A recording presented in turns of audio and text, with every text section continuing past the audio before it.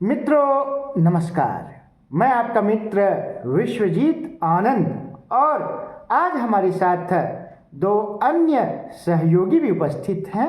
एक अमरनाथ झा जी और अन्य का नाम है रूमा रानी। तो वैसे तो मैं समय समय पर कुछ ज्ञानवर्धक वीडियोस बनाता रहता हूँ, लेकिन आज का जो हमारा वीडियो है वह कुछ खास है क्योंकि यह हमारे प्रांत बिहार से जुड़ा हुआ है। तो अमरनाथ जी हमें बताएंगे कि आज हम लोग अपनी चर्चा को किस ओर अग्रसर कर रहे हैं। आज हम लोग बात करने के लिए बैठे हैं बिहार दिवस के बारे में, जो कि आज 22 मार्च है। तो आज जो बात करेंगे हम लोग बिहार के बारे में, किस तरह से बिहार बना, उससे पहले कहाँ कहाँ क्या था, और इस बिहार बनाने के प्रांत को बनाने में किन किन व्यक्तियों का कितना योगदान रहा, उसके बारे में आज हम लोग बात करेंगे। बिल्कुल। तो बिहार के निर्माण में जो प्रमुख व्यक्तियों के नाम हमारे मस्तिष्क में उभर कर सामने आते हैं, उनमें जो सर्वप्रथम नाम है वह है कायस्थ कुल शिरोमणि सच्चिदानंद सिन्हा साहब का, है ना। तो रूमा रानी जी बताएंगी कि सच्चिदानंद सिन्हा जी का जन्म कहाँ पर हुआ था और कब हुआ था। उनका जन्म 10 नवंबर 1871 ईस्वी को मुरार गांव में हुआ था। मुरार गांव में हुआ था, जो कि उस समय शाहाबाद जिले का हिस्सा हुआ करता था। बहुत सारे लोग आरा जिला, भोजपुर जिला बोल देते हैं, है ना। हालांकि अब वह मुरार गांव बक्सर में शायद चला गया है ना। वही 1972 में जो शाहाबाद था वो दो डिस्ट्रिक्ट में चेंज हुआ था, बटा था। जो एक था आपको क्या कहते हैं भोजपुर, दूसरा था रोहतास। भोजपुर जो था, भोजपुर का मुख्यालय आपको आरा था, रोहतास का मुख्यालय आपका सासाराम था। तो कितना अच्छा क्लैरिफिकेशन किया हमारे अमरनाथ जी ने। तो यह जो सच्चिदानंद सिन्हा साहब थे, आप बताएंगे कि वे किन किन क्षेत्रों से जुड़े हुए थे। सबसे पहले वे क्या थे, बोलिए। वे एक वकील थे, वकील थे और एक राजनीतिक भी थे। राजनीतिज्ञ भी थे, अर्थात कानूनविद थे, जिसको अंग्रेजी में यूरिस्ट कहते हैं, है ना। जूरी से यूरिस्ट बना है। एक प्रख्यात कानूनविद थे, दूसरा शिक्षाविद थे, एकेडमिशियन थे, ठीक ना। और उसके बाद राजनीतिज्ञ थे, स्टेट्समैन थे, है ना। और भारतीय विधानसभा इत्यादि के सदस्य वगैरह भी रहे हैं, पत्रकार भी थे। तो इन क्षेत्रों में उनकी रुचि थी, उनका जो व्यक्तित्व था बहु क्या था, आयामी था। जिस प्रकार कहते हैं ना बहुमुखी प्रतिभा के धनी, तो ये रविंद्रनाथ टैगोर की तरह बहुमुखी प्रतिभा के धनी व्यक्ति थे।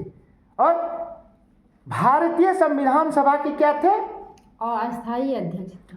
अस्थायी अध्यक्ष थे। 9 दिसंबर 1946 से लेकर कब तक हमारे अमरनाथ जी बताएंगे। उसमें तो 2 ही दिन के लिए वो थे, 9 से 11 दिसंबर। हाँ, 9 दिसंबर को पहला बैठक हुआ था और दूसरी बैठक हुआ था 11 दिसंबर को, जो 1946 में। फर्स्ट टाइम में जो वो बैठक में हुआ था तो उसको अस्थायी के रूप में हुआ, जो कि उसमें जो मुस्लिम लीग का जो आपका कार्यकर्ता था, उन्होंने उसका घोर विरोध किया। हाँ, विरोध किया घोर। तब उसके बाद 11 तारीख को अपने पंडित जवाहरलाल नेहरू जो थे, डॉक्टर राजेंद्र प्रसाद, वो बने अस्थायी रूप से। डॉक्टर राजेंद्र प्रसाद अस्थायी रूप से फिर अध्यक्ष निर्वाचित हुए थे। तो ऐसे ही बिहार के महान विभूति थे। न जाने कितने व्यक्तियों को भारत रत्न मिल चुका है, लेकिन हमारे बिहार के इस महान विभूति को भारत रत्न न मिलना एक दुखद बात है। उन्हें मिलना चाहिए, है ना। कायस्थ कुल के शिरोमणि थे वे। तो आप बताएं उनके साथ और कौन कौन से व्यक्ति थे जिन्होंने बिहार को अलग प्रांत बनाने में महत्वपूर्ण भूमिका निभाई थी। हमारे अमरनाथ जी बताएंगे। हम लोग बात कर रहे हैं लगभग 19वीं सदी के अंतिम में और 20वीं सदी के प्रारंभ के में चलते हैं। जब बिहार जो था वो एक बंगाल प्रेसिडेंसी का एक भाग था, प्रांत का भाग था।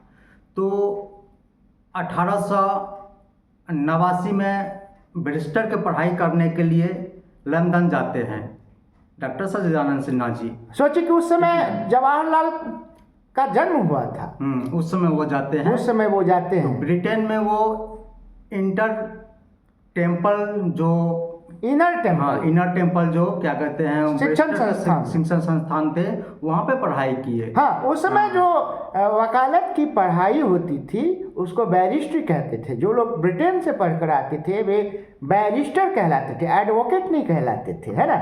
कभी कभी कहा जाता है कि यह एडवोकेट और बैरिस्टर में क्या अंतर है, तो अंतर यही है जिन्होंने लंदन से कानून की शिक्षा प्राप्त की वे बैरिस्टर कहलाते हैं, और जो लोग अन्य जगहों से शिक्षा प्राप्त करते रहते वे एडवोकेट कहलाते हैं, लॉयर कहलाते हैं। तो एक ऐसे ही प्रख्यात जुरिस्ट थे, जुरिस्प्रूडेंस शास्त्र के महान विद्वान, प्रकांड विद्वान विभूति थे डॉक्टर सच्चिदानंद सिन्हा। उनके साथ अन्य व्यक्ति के नाम बोले।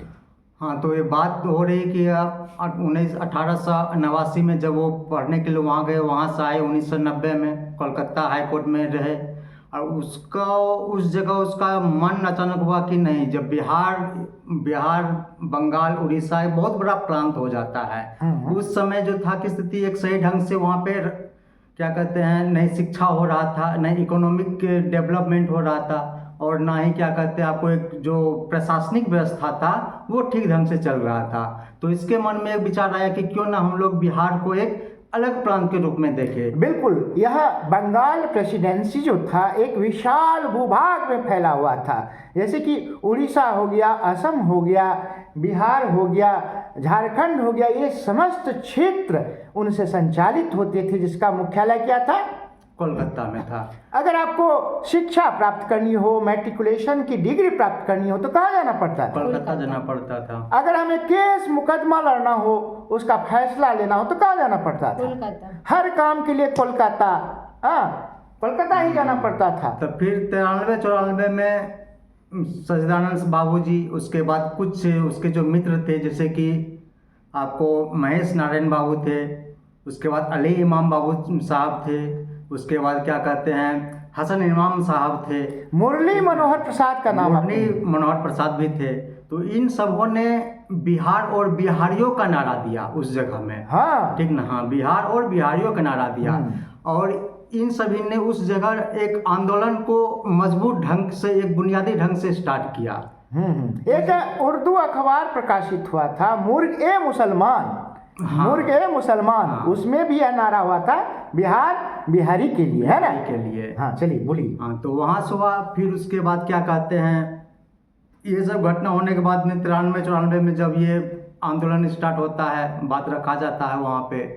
फिर उसके बाद जब दिल्ली दरबार का आयोजन किया जाता है 1911 में, जबकि कलकत्ता से आपको क्या कहते हैं दिल्ली बनने को ही था राजधानी आपको, और तो 1900 से प्रशासनिक रूप से तो 1912 में बना है, लेकिन दिल्ली दरबार जब 1911 में हो रहा था तो उस जगह बिहार के बारे में लॉर्ड हार्डिंग द्वितीय थे उस समय में, और जॉर्ज पंचम आए हुए थे, किंग जॉर्ज पंचम का पंचम आए हुए थे, दिल्ली में आगमन हुआ था।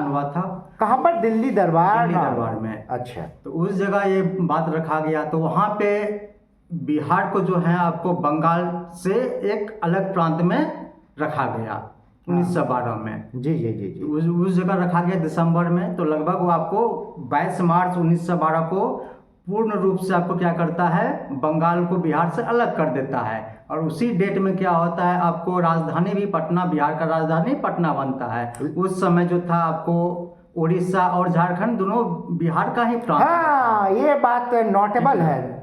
This thing is very notable because the Orissa province and the Jharkhand province was joined at that time in Bihar province. And I would like to ask the another question, when Orissa province was separated from Bihar? वो 1 अप्रैल 1936 को, ठीक ना, बिहार प्रांत से अलग होती है। और फिर जब 36 को अलग होती है तो 1928 में प्रशासनिक दृष्टिकोण से बिहार का राजधानी पटना बनता है। उसके बाद वो अलग होता है। फिर आपको 2000 ईस्वी में झारखंड बिहार से अलग होता है। तो जो प्रमुख वर्ष और तिथियां हैं इस प्रकार हैं। 22 मार्च 1912 को बंगाल से विभाजित हुआ। बंगाल प्रेसिडेंसी थे उस समय, बिहार और उड़ीसा संयुक्त रूप से थे। इनका बिहार और उड़ीसा बंगाल से अलग हो गए। अब अगली तिथि आते हैं 1 अप्रैल 1936 को। उस समय फिर उड़ीसा अलग हो गया। उसके बाद फिर हाल फिलहाल में जब आते हैं तो 15 नवंबर 2000 को बिहार से कौन अलग हो गया? झारखंड। हाँ, तो ऐसे टुकड़े होते चले गए। होना भी चाहिए, क्योंकि जब टुकड़े होते हैं, विशाल भूभाग बंटकर एक छोटा क्षेत्र बनता है, तो वह प्रशासनिक दृष्टिकोण से, राजनीतिक दृष्टिकोण से काफ़ी सहज हो जाता है, सुचारू हो जाता है, दूरियां भी कम हो जाती हैं, है कि नहीं? तो अब आइए, एक व्यक्ति थे जिनका नाम था महेश नारायण। महेश नारायण का सच्चिदानंद सिन्हा जी से क्या संबंध था, बोले? वो 1934 के आसपास में एक, क्या कहते हैं, 1934 नहीं, 1894 में एक संपादन किया था बिहार टाइम्स का। बिहार टाइम्स का सच्चिदानंद सिन्हा जी के सहयोग से इस पत्रिका को निकालते थे, है ना? बिहार टाइम्स। फिर उसके बाद क्या कहते हैं, बिहार टाइम्स को 1912 में डेली विशेष के रूप से चालू कर दिया गया। और उसके बाद मेन बिहारी नाम देकर के उसके बाद मेन जो आता है सर्च लाइट, जो कि पूरा विख्यात है। सर्च लाइट में आपको सच्चिदानंद बाबू थे, उसके बाद मुरली मनोहर प्रसाद थे मेन संपादक के रूप में। सर्च लाइट में मुरली मनोहर प्रसाद जी का ही नाम आता है। मुरली मनोहर प्रसाद जी जानते हैं कितने वर्षों तक जीवित? हाँ, 109 वर्ष। हाँ, 2019 में उनका निधन हुआ। 2009 में नहीं, 2019 में। हाँ, तो ऐसे विख्यात व्यक्ति थे। लेकिन महेश नारायण भी कम विख्यात नहीं थे। वे हिंदी के एक बहुत बड़े कवि थे। उन्होंने एक बहुत लंबी कविता लिखी है जिसका नाम था स्वप्न